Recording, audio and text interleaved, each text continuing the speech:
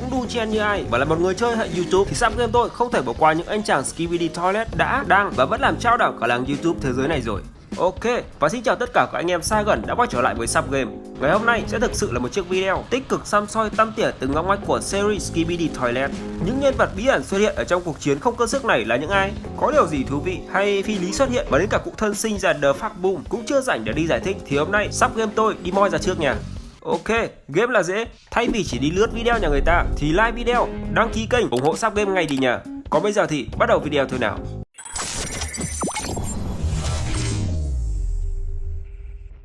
Nói đến Skibidi Toilet thì cho tới giờ cũng đã sương 50 video về cuộc chiến giữa các phe Skibidi Toilet, Cameraman, Speakerman, TVman, Titanman, vân vân. Và như đã nói, có chuyện cực lôi cuốn của series này thực sự là quá hay, quá phấn khích, từ đứa trẻ 8 tuổi cho tới ông cụ 80 tuổi cũng vẫn còn mờ mê. Ngay phần đầu của season 2, ngoài hai nhân vật Gordon Freeman và Little G-Man đang điên cuồng nhảy nhót trước WC ra, thì còn có một nhân vật mà tôi tin chắc anh em chưa bao giờ để ý, chính là ông thần đèn xanh lét siêu to khổng lồ đang đứng lù lù ở đây này. Cái đi cày lại Skibidi Toilet mấy trăm mấy chục lần mà tôi vẫn chưa hiểu ra được cái ý định của ông Da Fuck Boom khi cho thần đèn vào đây nữa. Sang tới season 3, thay vì nhảy nhót điên cuồng như ở tập trước thì Gordon Freeman đã chuyển sang quay cuồng đứng giữa đường như cái camera giao thông không ngừng soi xét xem thằng nào đang vi phạm luật giao thông. Mới đầu tôi còn tưởng là một anh cảnh sát giao thông cao to đen hôi nào đấy, nhưng hóa ra không phải anh em ạ. Và vào ngay season 4, anh em có thấy một anh body 6 múi, 7 múi mà trong mắt các chị em được gọi là cực phẩm, muốn liếm màn hình, đang quay hàng hết cỡ khi chỉ mặc đúng một cái quần xịp màu trắng mà vẫn có thể ngồi ăn tiệc. Đúng là không có khác biệt, chỉ có dị hơn thôi. Hơn nữa, tất cả những cái ghế ở trong căn phòng đều là những cái bồn cầu. Rồi ok, thế thì tôi biết trên các đĩa các ông đã ăn cái gì rồi. Và khi những quái vật Skibidi Toilet đi vào thì mấy ông con người kia cũng biến luôn thành Skibidi. Thế thì cũng có thể giải thích tại sao lại dùng bồn cầu để làm ghế ngồi rồi nhỉ.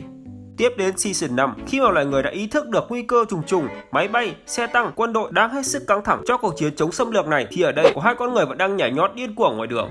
À, nếu để ý thì đây chính là Gordon Freeman và Little G-Man của Half-Life đã nhảy nhót trước cửa WC ở season 2 đấy mà. Tầm này chỉ cần ra sức đánh đuổi quái vật khỏi trái đất thôi, chứ cổ vũ gì nữa hả mấy ông, mất nước tới nơi rồi.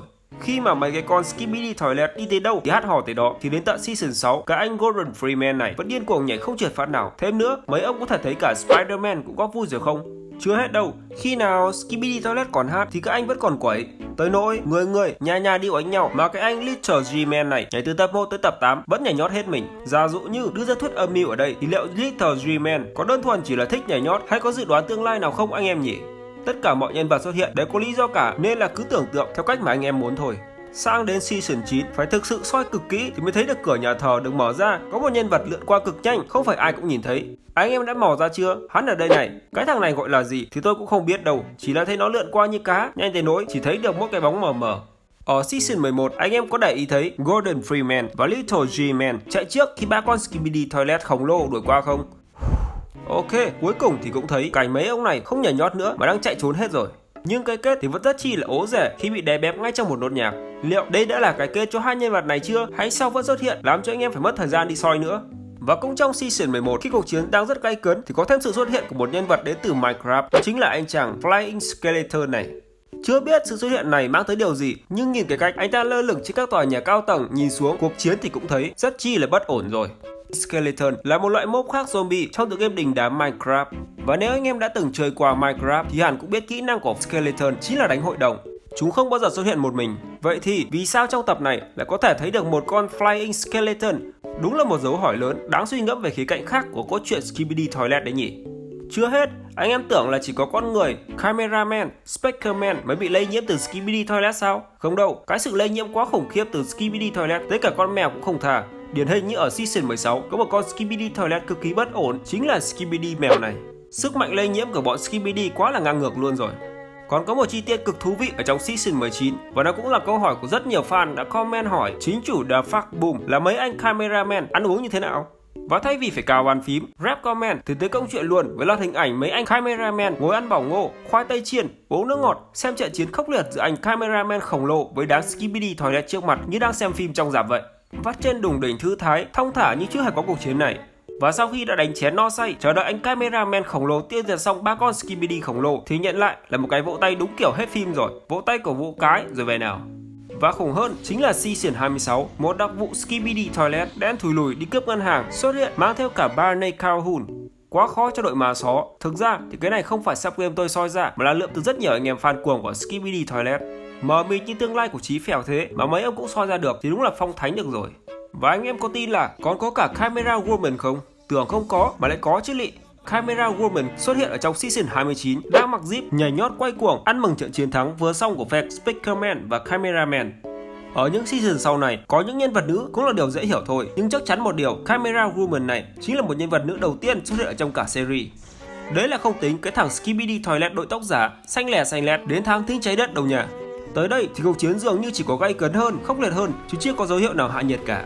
Thậm chí ở Season 33, phe Speakerman còn tạo ra những chiếc loa được gắn cánh quạt như bảo bối trong trống tre của Doraemon bay lượn khắp bầu trời, trông rất có uy lực, gây ô nhiễm tiếng ồn đấy chứ nhở. Và anh em để ý, đến cả tòa nhà có biển YouTube cũng bị con Skibidi siêu khổng lồ kia một phát là bay nóc. Hơn nữa, cái con Skibidi Toilet có cái chân tay trông cực dị này, anh em có liên tưởng đến nhân vật đình đám nào không? Đó chính là chân tay của Slenderman. Thân đầu thì của Skibidi Toilet, thậm chí bộ phận gạt đằng sau cái bồn cầu còn có hình dạng như mấy cái loa của thanh niên quỷ đầu loa nữa vậy. Ok, dù thế đi chăng nữa thì cũng chỉ cần một băng đạn của anh Speakerman thì cũng bay màu luôn, người đàn ông kinh hoàng của bao thế hệ này rồi. Anh em thân mến, trong bom lửa đạn lạc chiến tranh tưởng như không tìm thấy một chút bình yên nào thì ở trong Season 36, khi mà cuộc chiến cực căng não đang vô cùng gay cấn thì ba cái anh Cameraman khi nãy ngồi ăn bỏng ngô, khoai tây chiên, uống coca lại xuất hiện một cách thong thả, từ từ, rất bình tĩnh, rất có phong thái lão cán bộ trong mấy phim Việt thập niên 90 đấy chứ nhở. Và khi mà mọi thứ tưởng chừng như muốn tan hoang sau sự biến đổi của Speakerman khổng lồ thì TV Man chính thức xuất hiện. Cốt truyện gay cấn, vô cùng lôi cuốn của series Skibidi Toilet vẫn còn đang vô cùng đáng mong chờ. Và tôi thì cũng xàm tới đây thôi. Mọi thông tin trong video đó là cảm nhận cá nhân. Anh em thấy hay thì cho Sóc Game một like, một subscribe để ủng hộ tôi ra nhiều video hay hơn nha. Ok, video hôm nay tới đây thôi. Hẹn anh em ở những video sau cùng cao bàn phím tiếp nha. Bye.